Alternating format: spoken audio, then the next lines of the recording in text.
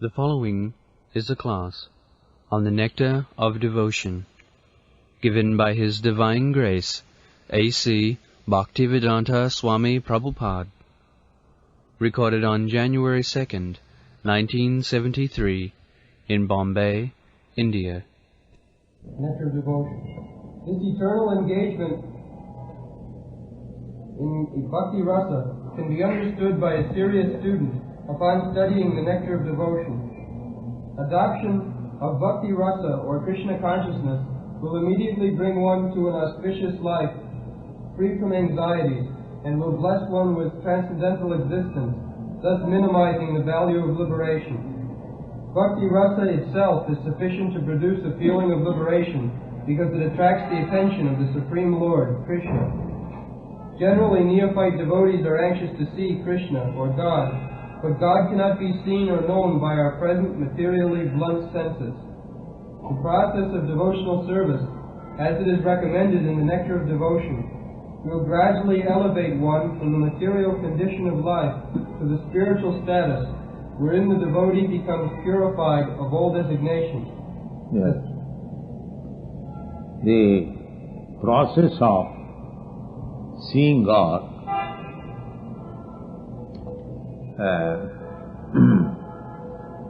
सेवन्मुखी ही जीवादव सामेव स्फुरत्तम अतः श्री कृष्ण नामादि न भवे ग्राह्यम इंद्रियो. Just like a person suffering from some disease, his eyesight is blocked.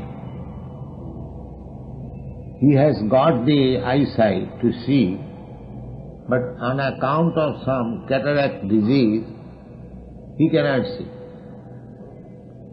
Similarly, God is there, and I can see Him also. But the cataract of illusion is covering via media between God and me. Therefore, in the Brahma Samhita it is said, Premanjana churita bhakti vilochanena shanta sadaiva hridayeshu vilokayanti yam shama sundaram achinta gunasarupam govindamadi purusham tamaham bhajami. That treatment is to invoke your dormant love for God. That is the treatment. We have got love for God. We want to love somebody, either man or woman, even animals.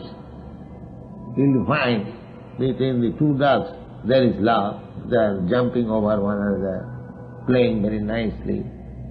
Sometimes the mother dog is pretending to bite the calf, but actually it is not biting. So this loving propensity is there, living entity, every living entity. It doesn't matter whether it is man or animal. The love is there. But at the present moment, it is being pervertedly reflected. Just like love between Krishna and Mother Jashoda, that love is reflected here also between the mother and the child, the same love. Because unless there is love in the absolute, there cannot be any exhibition of love in the relative world. The Vedanta Sutra says, Janmardasya jataha, everything is emanating from the absolute. So there is love. Just like Radha Krishna, love. Kishore Kishori, young Krishna, young Radharani. This love is pervertedly reflected in this material world, which is in the name of love, but it is lust. Therefore it is called perverted influence. Lust because a young boy, a young girl mix together, they love together, but a slight disagreement, they separate. Why? Because that is not love, that is lust.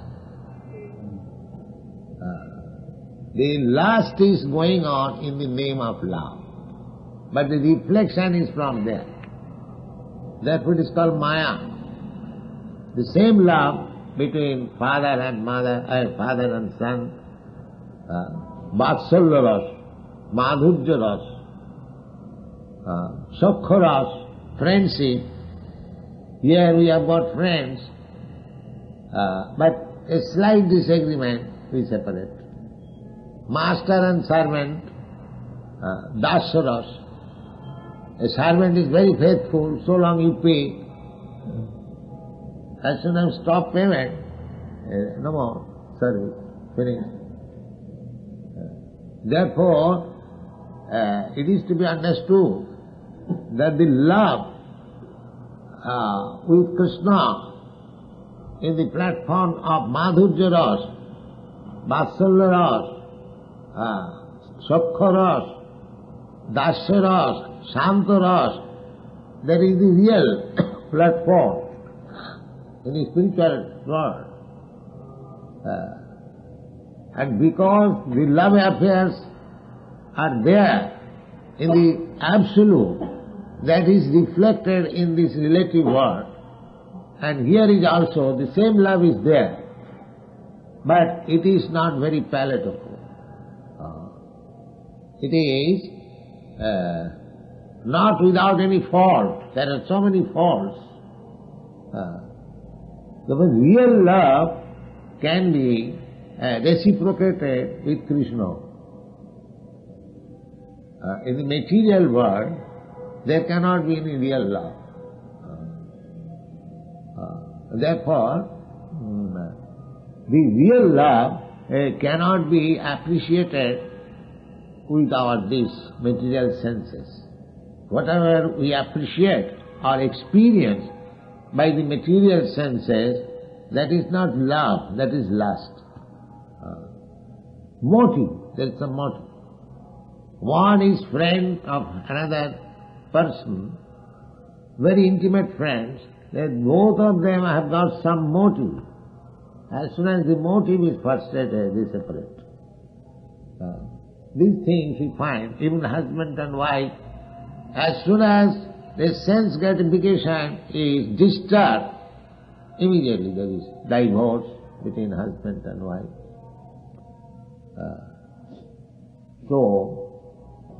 Therefore, we have to invoke our love for Krishna, then our loving propensity will be actually satisfied. Otherwise we will be frustrated. That is going on. We may admit or not admit, but this frustration of love affair is going on. So if we, that same thing, we repose in Krishna. If I want to love my son, if I accept Krishna as my son, just like Yashoda Mai accepted, Krishna is the Supreme Personality of Godhead, but by devotional service, he agrees to become a son. Just like Yashoda Mai and Nanda Maharaj, in their previous lives, they underwent severe austerities, and their aim was that we shall have a son like God, like Krishna. So, after their performance of austerities for many thousands of years, when Krishna appeared before them, what benediction you want? So they proposed that we want a son like you. Then we enter into family life, otherwise not. So Krishna said, why shall I get a son like me? I shall become your son. This is the fact. Therefore, although Krishna took his birth as the son of Devaki and Vasudeva, immediately ordered Vasudeva to transfer him to Vrindavan, to Yashoda. So, the pleasure of having son was enjoyed by Yashoda and Nanda, not Devaki and Vasudeva, although they really gave birth to. And when Krishna was grown up, then went to his real father, Vasudeva and Devaki. So actually, Krishna's crawling, Krishna's disturbing the mother, Krishna's stealing the butter, so many things as child does reciprocates with the father and mother, parent. This lila was demonstrated in Vrindavan. Although Mother Yashoda and Vasudeva, Nanda Maharaj, they were foster father and mother.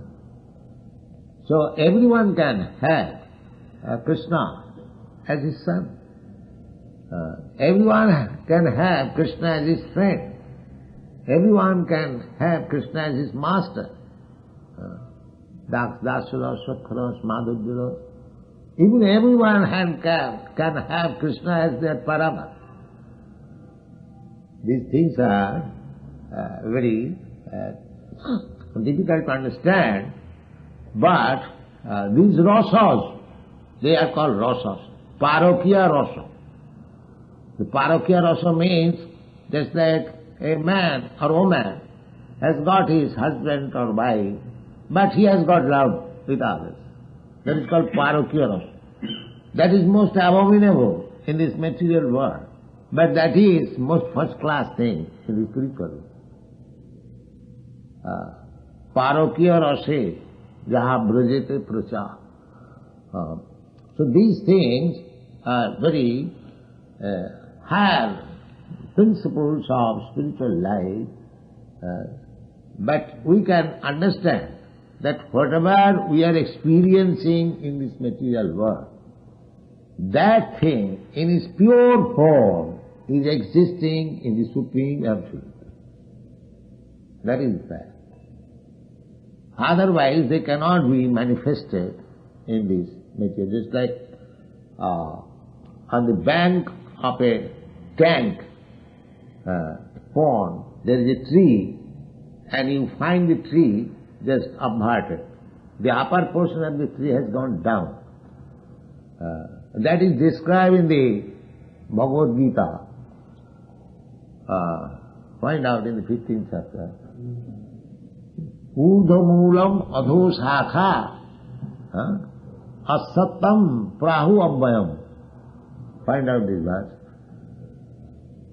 This material world is the reflection. Urdhamulam.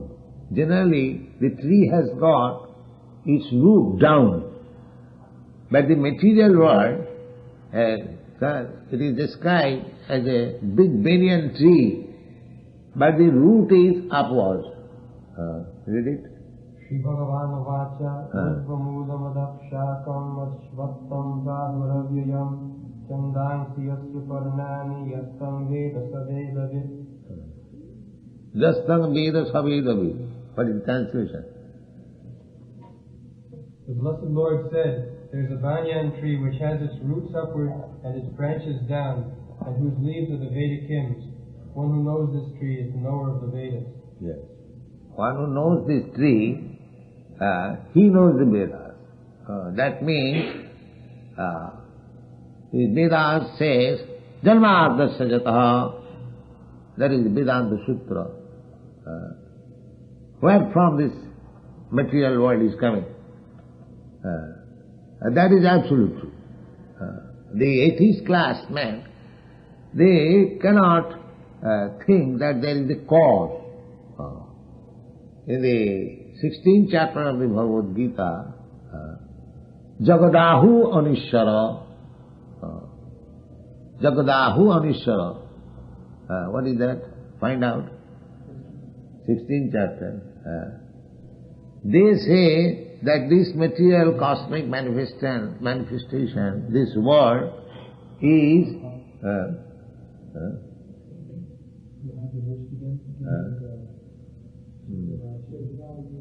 no, that is the last one.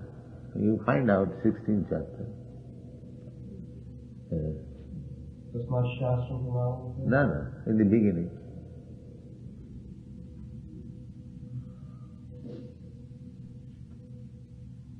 Beginning, read 16th chapter.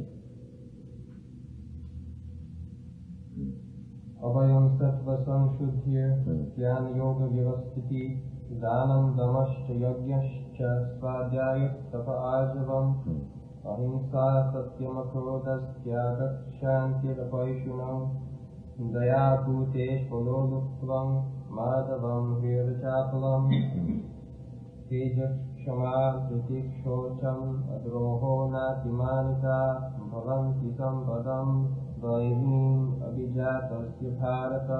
Daivim, these are Daivi Sampa, spiritual qualification. And what is the material qualification? Next.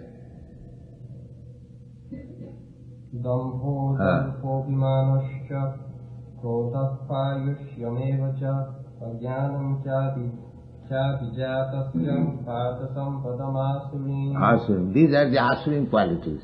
Read the translation. Arrogance, pride, anger, conceit, harshness, and ignorance. These qualities belong to those of demoniac nature. Yes, the first one, the most important thing is ignorance.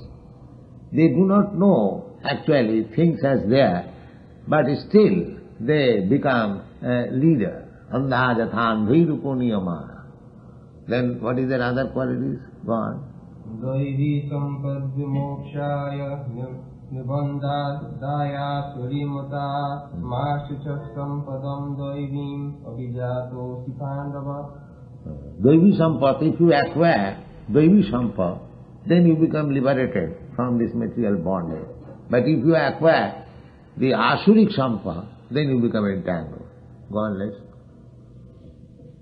Dvau bhuta sargo lokesmin daiva asura evacha daivo vistarasha prokta asuram bhatameksham. Now Krishna says that there are two kinds of men, two classes of men. One class, daiva or demigods, and the other class, asura. So I have spoken many things about the daivas. Now I shall speak about the symptoms of the asuras.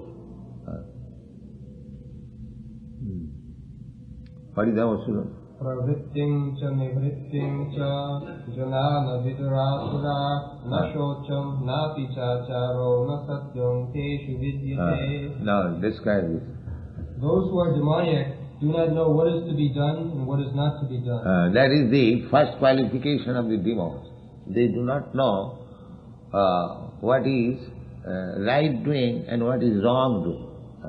Suppose just like we restrict anyone who comes to our camp to become our student, we restrict that you should not do this or you should do this. Anywhere, if you go to a physician, he will say also that you shall do these, some do's and some do nots. So, the asuras, they do not know, because they have no direction. They do not know what are the do's and what are the do-nots. This is the first qualification of the asura.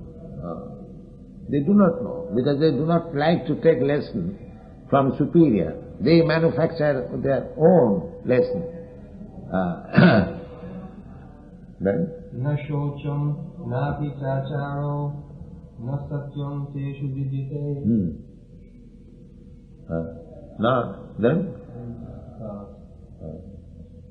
Asatyam na patish. This is the asatyam. This is the first time. Asatyam. Apatishtanke. Jagadahuranisya. This is their first proposition. There is zero, asatyam.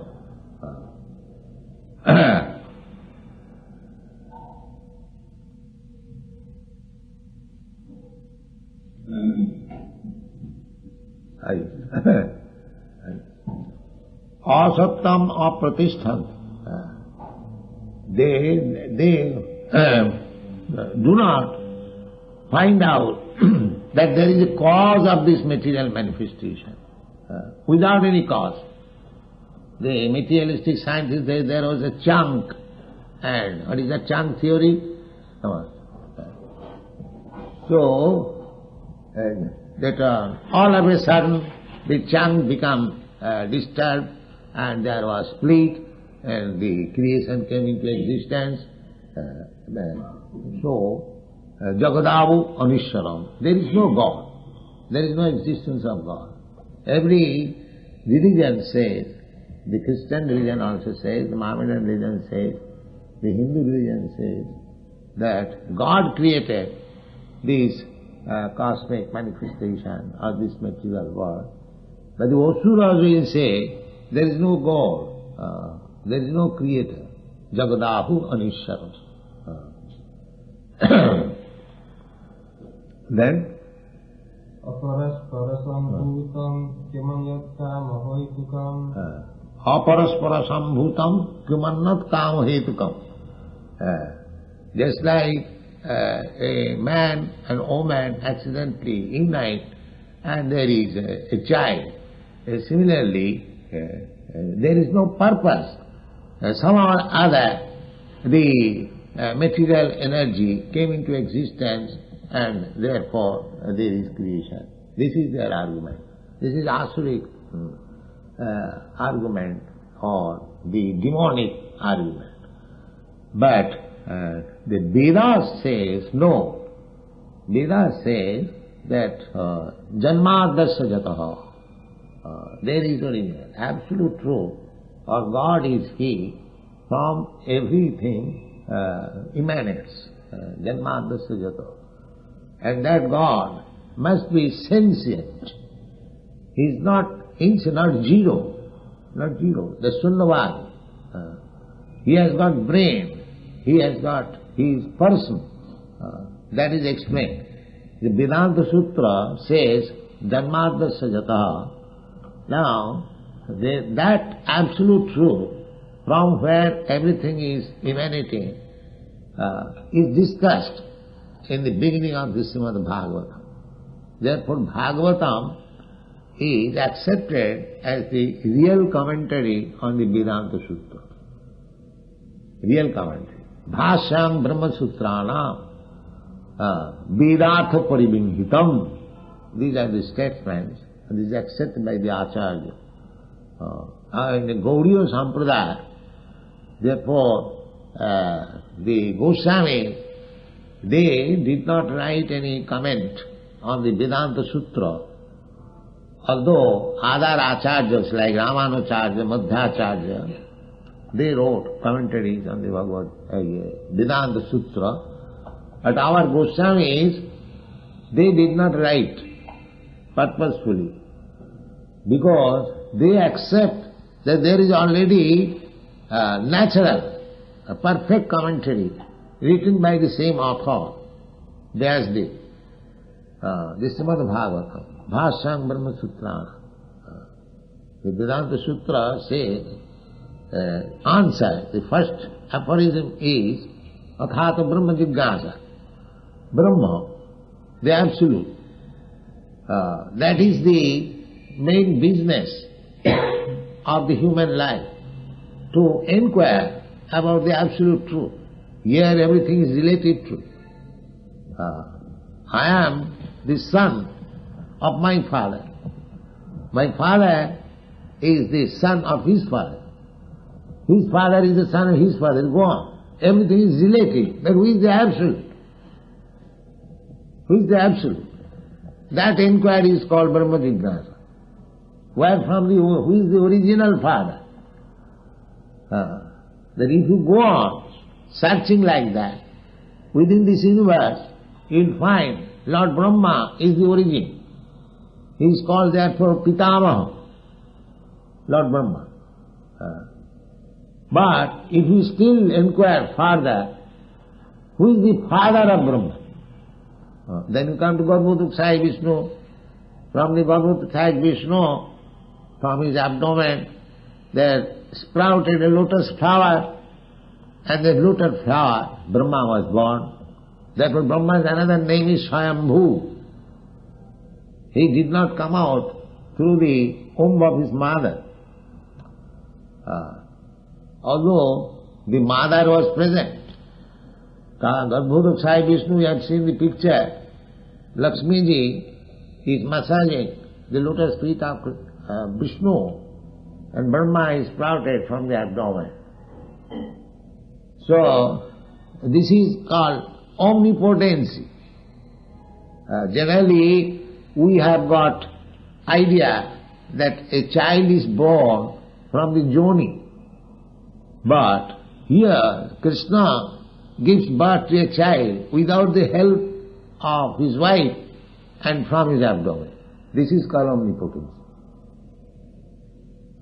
We say God is omnipotent, but how God is omnipotent, we do not know practically. Here is omnipotence.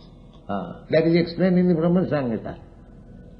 Angani jassa sakalendriya vittimanti pasyanti pahanti kalayanti chirang jaganti ananda chinmaya sadhu jala vigrahasya govindamadi purusantamam.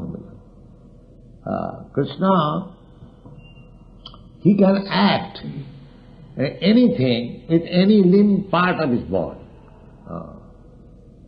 Krishna can eat with his eyes, and Krishna can hear with his eyes. Krishna can cut by touching. These are there in the Shastra. Just like Krishna when entered Mathura, he asked the washerman of concern to deliver some cloth, but he refused. The Krishna immediately cut off his head with his hand without any obstacle. So that is omnipotence. Angani jasya sakalendriya vittimanti pasyanti panti kalayanti. Just like we offer prasadam, we offer foodstuff to Krishna. Atheist class will say that we have offered Krishna this foodstuff, but he has not eaten. It is there, still lying. No, he does not see. He does not know that Krishna can eat simply by his glance, by seeing. He eats because he says in the Bhagavad Gita that patram puspam phalam toyam jumi bhaktya prajachyati tadaham asnami. Is he speaking lies? No, he eats. But we do not know his eating process. We compare Krishna as ourselves. If one plate is given to me, I immediately devour the whole thing. But Krishna, he is complete. He can eat the complete, still it remains complete. Purnasya purnamadaya purnameva avasishyate. So in this way, we have to understand Krishna from the Shastra, from the Vedas, then we shall understand Krishna. And once we understand Krishna, our life is settled. Janma karma me dibbam yu janati tattva. Anyone who understands Krishna in truth, his life is perfect. Tattati hang punarjanma naiti. The perfection of life is that after giving up this body, we shall not accept any more material body. That is perfection. The people do not know that. They think, the Kurmis, they think that if we get a nice body in the heavenly planet, that is perfection. Sargalok. And the Jnanis, they think that I am not this body, I am spirit soul, but somehow or other, if we finish my body and merge into the Brahma effulgence, that is perfection. The yogis, they think that we may keep this body, but with this body, if we can play some jugglery, magic, That is perfection.